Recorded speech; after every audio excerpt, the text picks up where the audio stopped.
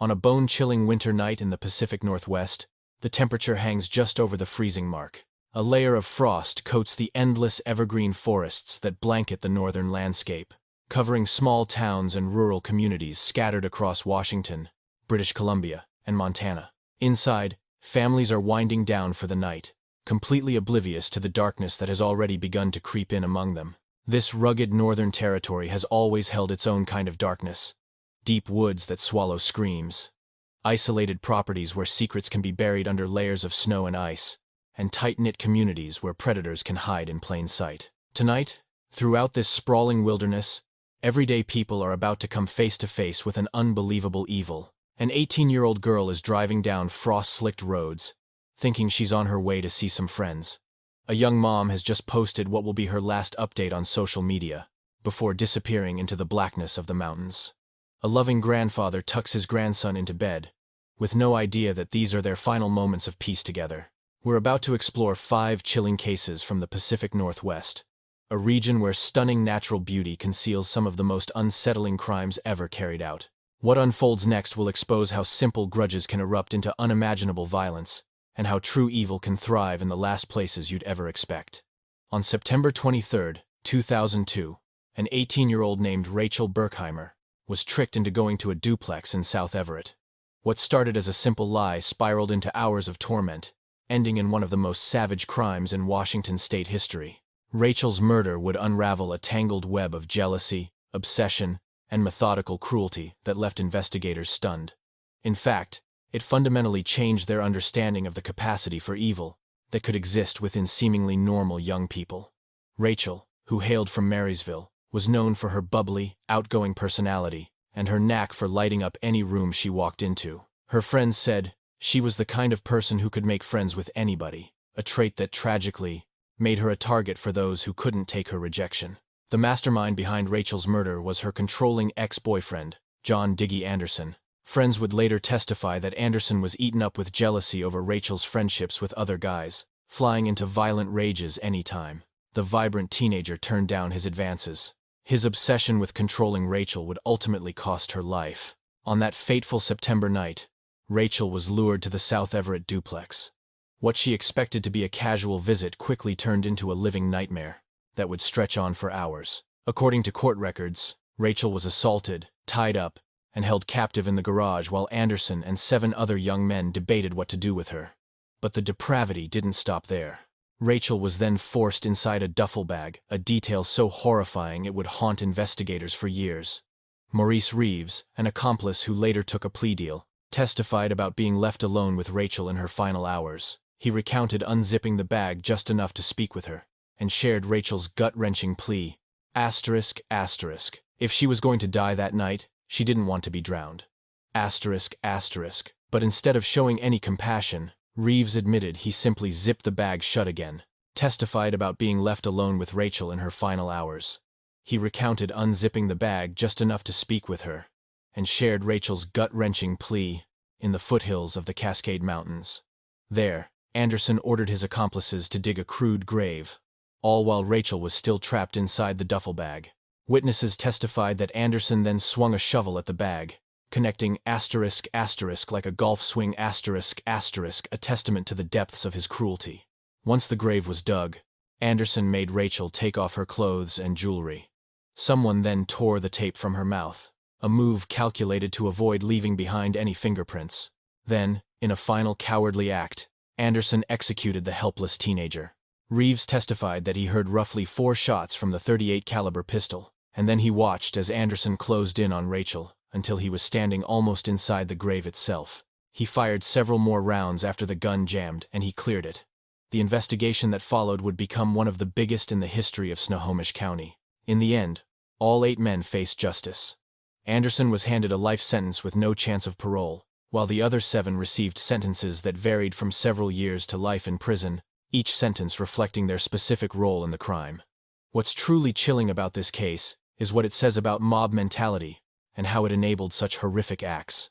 Several young men either took part in or stood by and watched Rachel's final, agonizing hours, but not a single one of them intervened or went to the authorities. The case saw another shocking twist years down the road when John Allen Whitaker, one of the men involved, successfully appealed for a new trial. However, in 2016, he was found guilty once more, sealing the fate of Rachel's attackers to remain locked away.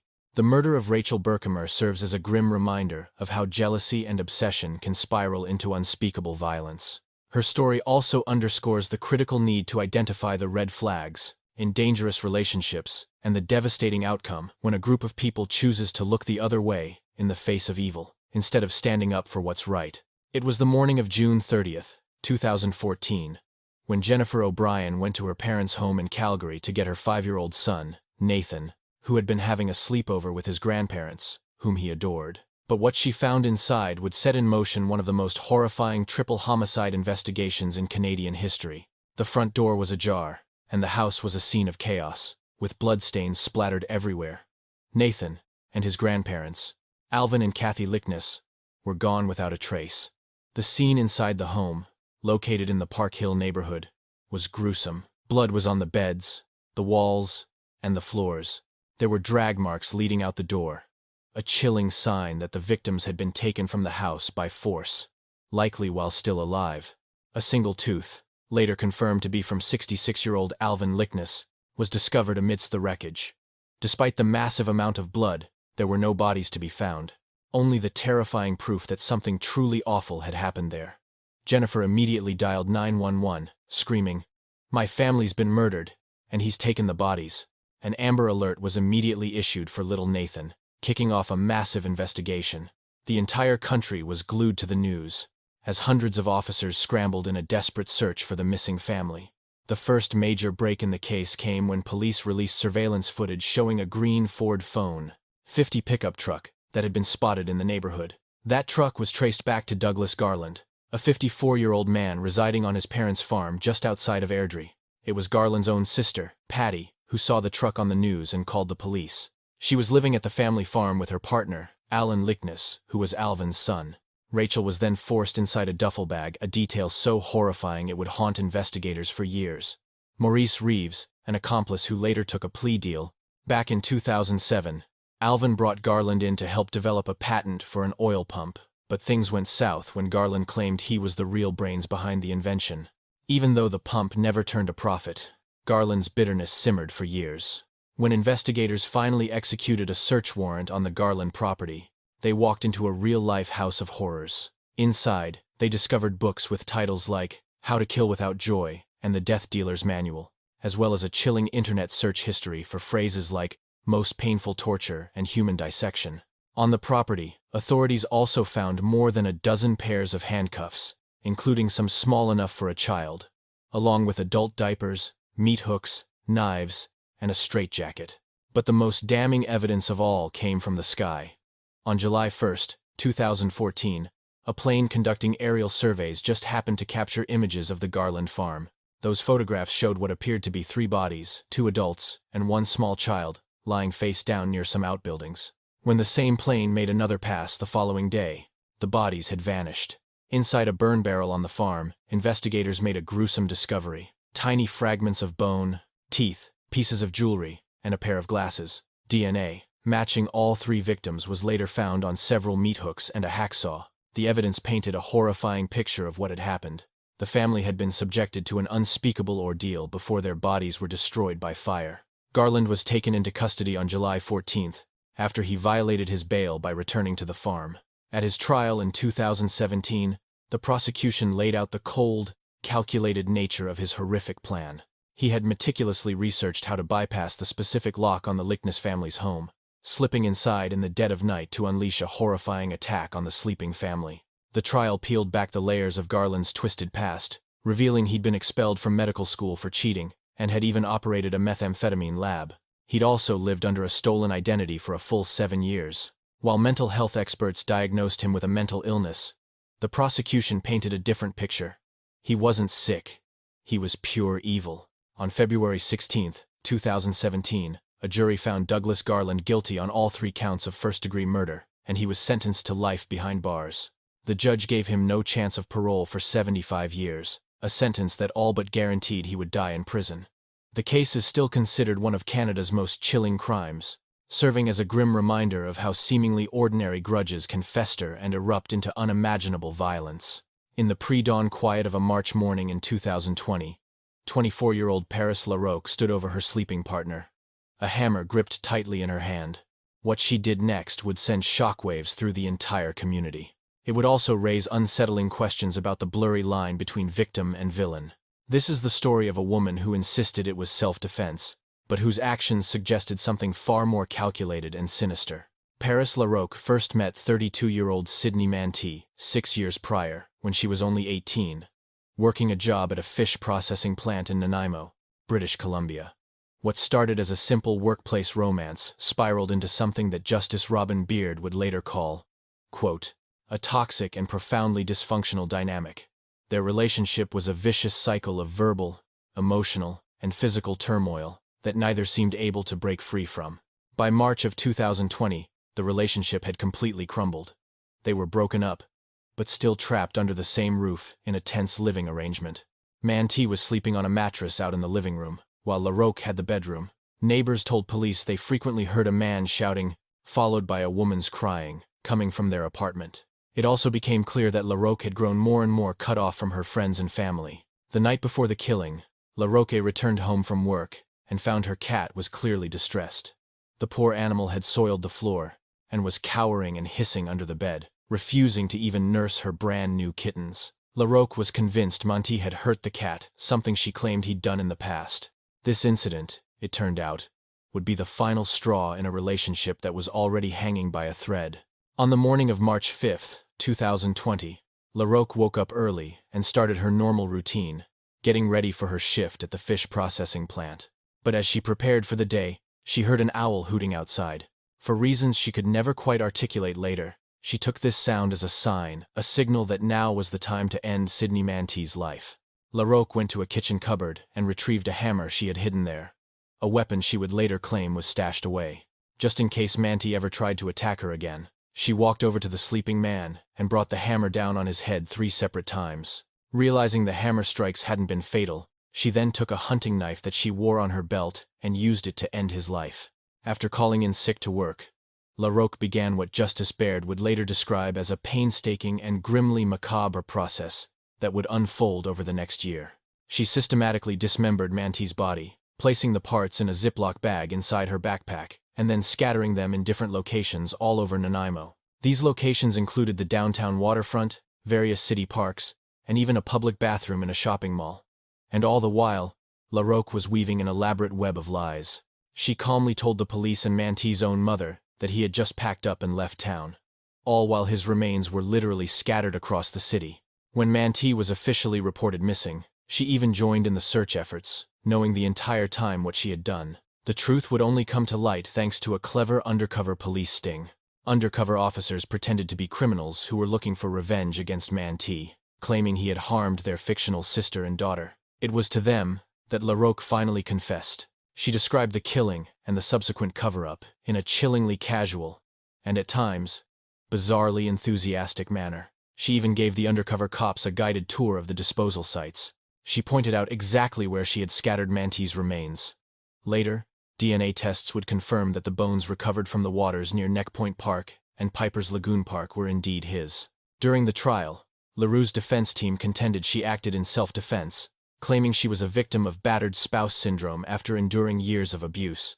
But Justice Baird saw it differently, concluding that, while LaRue might have feared future harm, killing Mantee in his sleep was not a reasonable act of self-defense, but was, in fact, quote, an act of fury and vengeance. On January 30, 2025, the court handed Paris LaRue a life sentence with no possibility of parole for 12 years for the second-degree murder conviction. Then, on June 16, 2018, 23-year-old Jermaine Charlo disappeared from Missoula, Montana, her case tragically becoming the face of a crisis that has haunted Native American communities for generations. Jermaine was a dedicated mother of 2 who constantly shared updates about her life on social media, but she vanished after a night out on the town, kicking off a baffling mystery that has stumped investigators for more than 6 years. A member of the Confederated Salish and Kootenai tribes, Jermaine lived on the Flathead Reservation, roughly 40 miles from Missoula, and was known for her vibrant, outgoing personality. and her deep devotion to her two little boys, Jacob and Thomas. It was her Aunt Valinda who first sensed that something was terribly wrong, when Germain's steady stream of social media posts came to an abrupt halt. For a woman who documented nearly every part of her day, the sudden silence was alarming. On the night of June 15, 2018, Germain headed to downtown Missoula to hang out at a few local bars. Surveillance video from that evening captures her standing outside the Badlander bar, right around midnight, talking with some people in the alley. The footage also shows Michael DeFrance, her ex-boyfriend and the father of her two kids, standing just behind her. The camera then records the two of them walking off together moments before midnight, which would prove to be the last confirmed sighting of Germain alive. DeFrance later told investigators that he had dropped Germain off near the Orange Street food farm at about 1 in the morning, claiming she planned to stay with a friend named Cassidy who lived in the area. But detectives were never able to find anyone by the name of Cassidy connected to Germain. The truth was, Germain was actually seeing a man named Jacob who lived in that same neighborhood and had made plans to stay over at his apartment while he was away. The history between Germain and DeFrance was a troubled one, plagued by violence and instability. Back in 2013, DeFrance had pleaded guilty to a charge of partner or family member assault against Germain, admitting in court that he had hit her multiple times with his fist. In spite of this documented history of abuse, the two maintained their volatile, on-again, off-again relationship as they tried to raise their children together. So, when Germain didn't come home or get in touch with her family, their worry quickly turned to panic. Her grandmother reached out to Valinda, asking if she had heard anything from Germain. The family launched their own search right away, calling every hospital and shelter they could think of.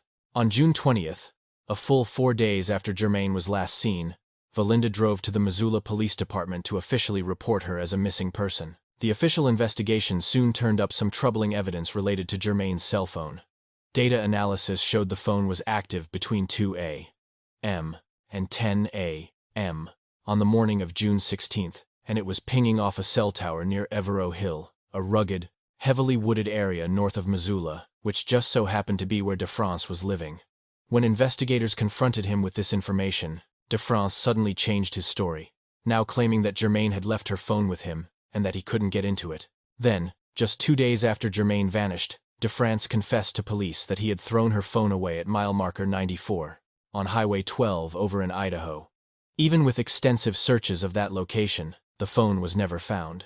Detective Guy Baker, who spearheaded the investigation for 6 years, found this action extremely suspicious, asking why anyone would get rid of a missing person's phone if they truly believed that person was coming back. Her case has since become a powerful symbol of the missing and murdered Indigenous women crisis that is devastating the region.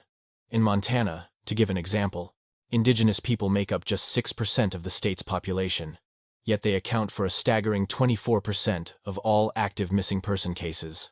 Germain's face is now featured on billboards along Highway 93, acting as a constant, public reminder of the desperate, ongoing search for answers.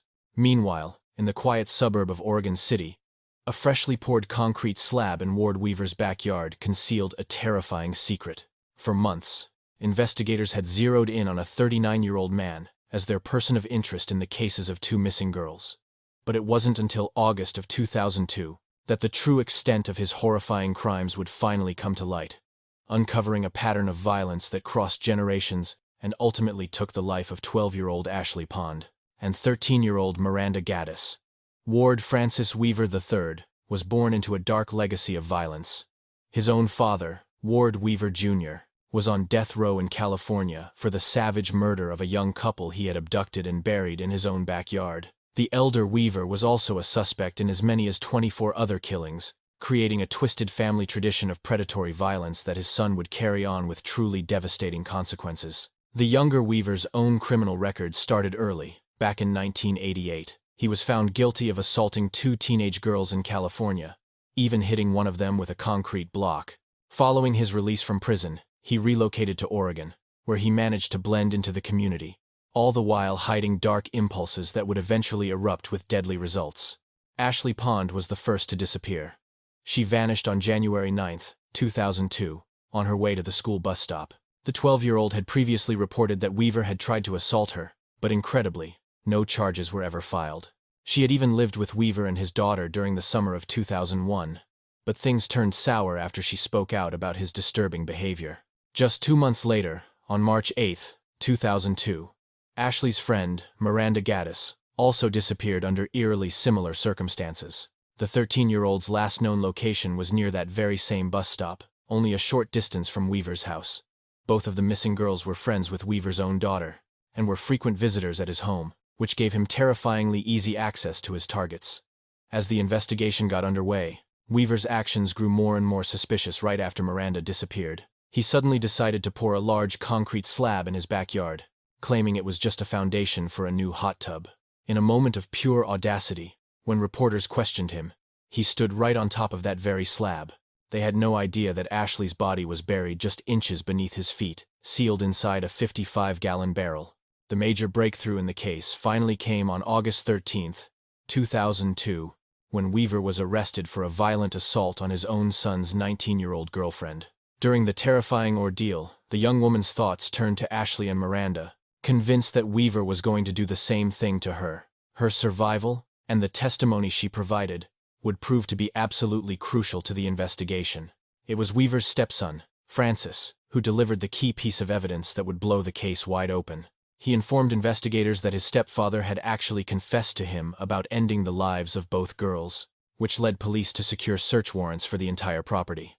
Then, on August 24, 2002, FBI agents discovered Miranda's remains tucked away inside a microwave box, located in a storage shed behind Weaver's house. The very next day brought an even more gruesome discovery. Investigators began to break through the concrete slab and soon found Ashley's body, buried in the barrel right below, precisely where all the evidence had pointed. The investigation confirmed the girls had been brutally attacked and then murdered, their bodies concealed on his own property the entire time he was maintaining his innocence and even giving interviews to the media. The community's absolute worst fears had been realized. For 8 long months, 2 families had been trapped in a nightmare of agony, with no idea what had become of their daughters. All the while, their killer was hiding in plain sight, at one point literally standing on one of their graves while declaring his innocence for the television cameras. So, back in July when we did that interview, and you walked me right over that concrete slab, you're saying you had no idea Ashley Pond's remains were buried right under it? He replied, none. In September of 2004, Ward Weaver III took a plea deal, pleading guilty to avoid facing the death penalty. He received 2 consecutive life sentences with no possibility of parole. The case served as a tragic reminder of the importance of taking children's allegations seriously and of the devastating consequences that can occur when predators are allowed to hide within a community. That concrete slab, which once concealed Ashley's body, was transformed into a memorial site where people left flowers and teddy bears, in memory of 2 young lives that were cut tragically short. The Pacific Northwest is a region of breathtaking beauty, with its towering forests, icy rivers, and mountains so majestic they almost seem unreal. But that picturesque landscape hides a much darker reality, fueled by jealousy, vengeance, and an almost unbelievable level of brutality. These accounts aren't just tales from the past. They serve as chilling warnings. While many of the perpetrators have been brought to justice, some investigations are far from over, and other cases, like the disappearance of Jermaine Charlo, still haunt the vast plains. The truth is out there, waiting, buried beneath layers of snow and concealed by the passage of time. A single question hangs in the air. Just how many more secrets are still out there, waiting to be uncovered?